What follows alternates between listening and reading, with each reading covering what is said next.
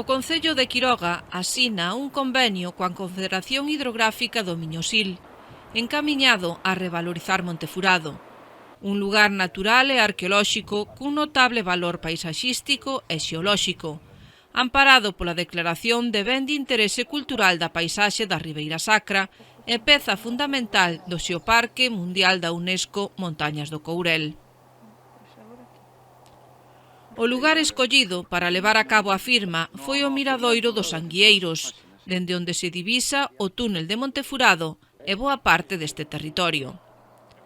A firma entre o alcalde de Quiroga, José Luís Rivera, e o presidente da Confederación, José Antonio Quiroga, acudía o equipo de goberno quirogués ao completo.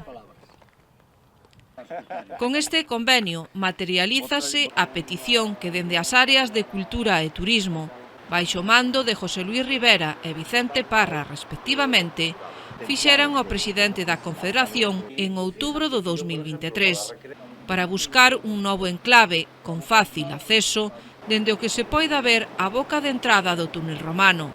co obxectivo de divulgar e valorizar o túnel e o meandro seco do río Sil. Este proxecto, que se calcula que poida saír a licitación no prazo dun ano, vai axudar a dinamizar esta zona tan importante para Quiroga e un dos grandes logros da enxeñería romana, o túnel artificial de maior tamaño dos abertos na Península Ibérica, e un dos poucos realizados polos romanos en todo o territorio que chegaron a ocupar. Isto vai axudar a dinamizar a zona, como dixaches ti ao principio, non só a zona de Quiroga, senón tamén toda a zona de Ribeira Sacra, é un referente a nivel de Galicia, a nivel nacional. É un monumento natural dos poucos que hai en España, que casi diríamos único, feito polos romanos por fai casi 2000 anos. Con este convenio inicias un proxecto que conta cun orzamento d'1.075.000 euros.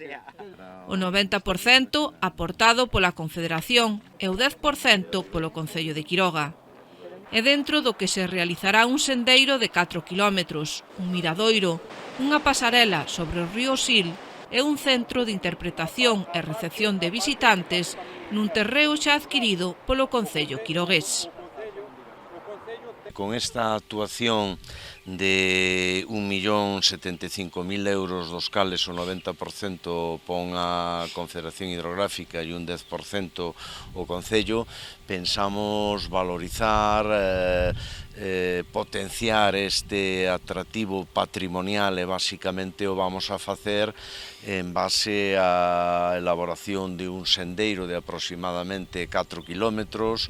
un mirador e un centro de recepción de visitantes no lugar de Montefurado. Estos serían os tres eixes principales que aínda hai que acabar de perfilar ao 100%, ou se está neste momento nesa laboura,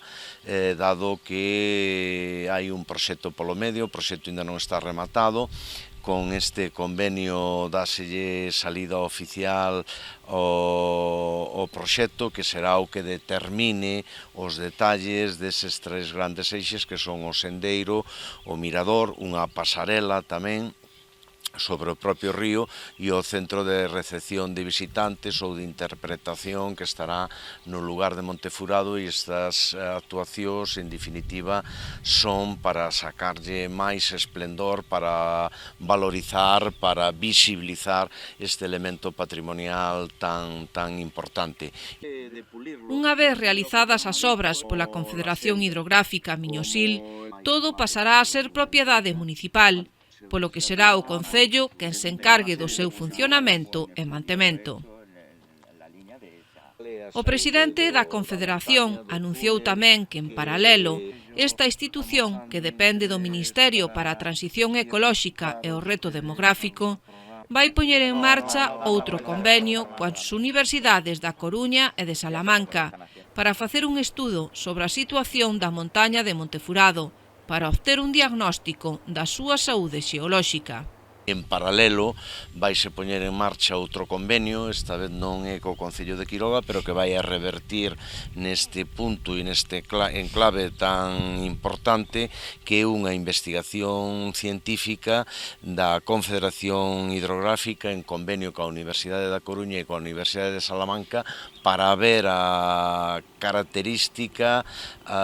o estado de saúde xeolóxico da montaña que está furada e que dá lugar a este paraxe de Monte Furado, non? En función ou buscando ter un diagnóstico máis aproximado posible a que está pasando na montaña, os derrubes, a saúde xeolóxica, etc. etc. Con este diagnóstico perséguese poder evitar deterioros que poidan acarrexar derrubes, como o acaecido no ano 1934, e que fixo que a lonxitude do túnel romano pasase de 120 metros aos 52 actuais.